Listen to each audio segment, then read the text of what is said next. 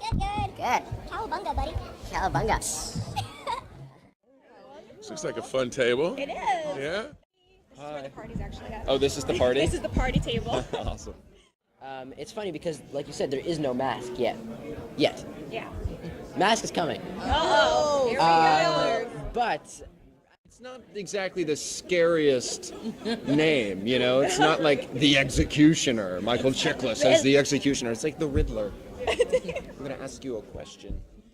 And I would love, no one would love a musical episode more than me. And here's a secret. She's not going to like that, I'm telling you this. No one would enjoy it more than you? No. Okay, maybe Cory would Because let me enjoy tell you, it. the two of us can like slam out a duet karaoke. at a karaoke. And Your character's is like wrestling with quite a few things this season, and I'm not talking about with his best friend Jerome. I'm talking about his feelings with Selena Kyle. So Okay. are we finally going to see some action between you two? So you're you're going to be the new badass this season. So You. Badass. you're the badass. I'm a little bit nervous being around you because you're so good. Oh my gosh. I don't know if Tabitha and Barbara are being labeled as the new Thelma and Louise. Oh, they Do you think we're going to that direction? Have you met any of the other franchise actors from the Batman movies, like Michelle Pfeiffer? One that rhymes with Nalford. So Batman is typically the main character. yeah, you damn Skippy. I do find smart people very scary, actually. Well, you must be Yeah. terrified of me, darling. I am. You give me a lot of PTSDs, just so you know.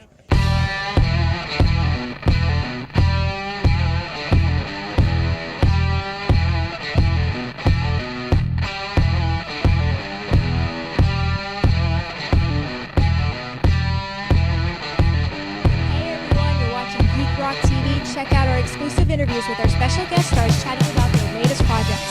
So rock your inner geek with Geek Rock TV.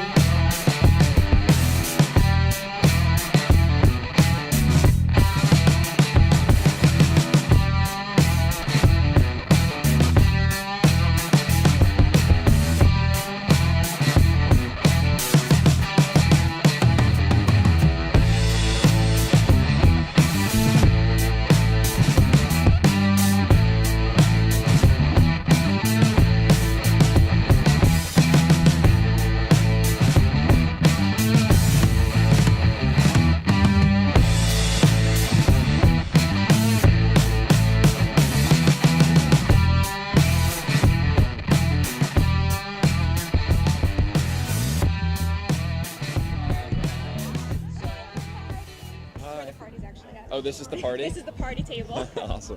So you're going to be the new badass this season. So You. Badass. you're the badass. Yeah. Can you tell us a little bit about he your gets character? he gets to be a bit of a badass. The first episode back, you know, he'll don the name of his villainy for the first time, and then it's kind of a race to see what am I going to do, who am I going to be, and then it gets upended because Court of Owls comes up, and then that gets me into some trouble, and then while I'm in trouble, ghosts appear. My whole plan of like being the Riddler kind of gets sidetracked a little bit by other events.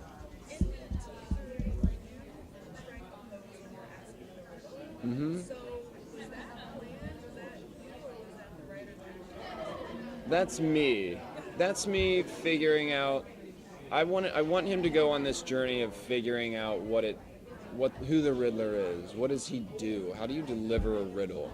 How do you like intimidate someone with riddles? Because that's, you know, it's not exactly the scariest name, you know? It's not like the Executioner. Michael Chiklis as the Executioner. It's like the Riddler.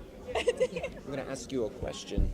I'm scared. So, like, he's going to explore with that. I wanted the first outing to be kind of, like, severe and in your face and blunt and hard, and where I would like him to go is to be quite elegant.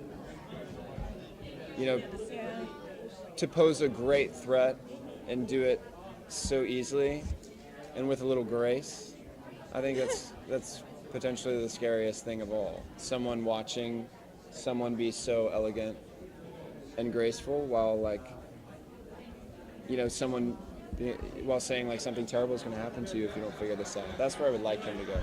I find it quite creepy. I do find smart people very scary, actually. Well, you must be terrified of me, darling. I am. You give me a lot of PTSD. While saying like something terrible is going to happen to you if you don't figure this out. That's where I would like him to go. I find it quite creepy. I do find smart people very scary, actually. Well, you must be terrified of me, darling. I am. You give me a lot of PTSD, just so you know. Character is something I would call inappropriately endearing. We all kind of love him, and we know we shouldn't. I love that. Inappropriately endearing. Inappropriately endearing. How do you embody and embrace that kind of a back and forth over a line between your audience absolutely adores everything you do and is rooting for you to now I'm just going to ruin everybody's whole day? Well, like I had said in the panel, I don't really take into consideration how to make him likable. I think if he's pursuing something, it's interesting. I think he is surprising. I think the fact that he doesn't want to just run Gotham like everyone else makes him unpredictable, which I think an audience may like. He also, when he's having fun, I think is the most appealing that he ever is. And when we get to see him really enjoying himself, it's exciting, And I think he gets happy, and we see this like glimpse of old Ed, like this person who was so endearing and just wanted friends, and no one would pay attention to him. So I think we were given a lot of time. We spent a lot of time with him as just a normal guy that was kind of floundering in life.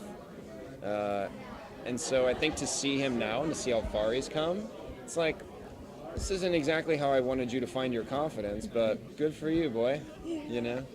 So the Riddler has been kind of a solo act, I feel like, in the Batman universe, but in Gotham, he's been paired with the Penguin. And after the whole revelation about romance, the romantic feelings that Penguin had for him, what was your reaction to it? And are we going to see him find another kind of partner in crime this season, later this season? Yeah, I mean, I think it's tough in Gotham if you don't have any allies. It's really, really hard. You kind of have to have some leverage, whether you're using them or you're genuinely partnering with them. So I think he'll, always know how to work with people.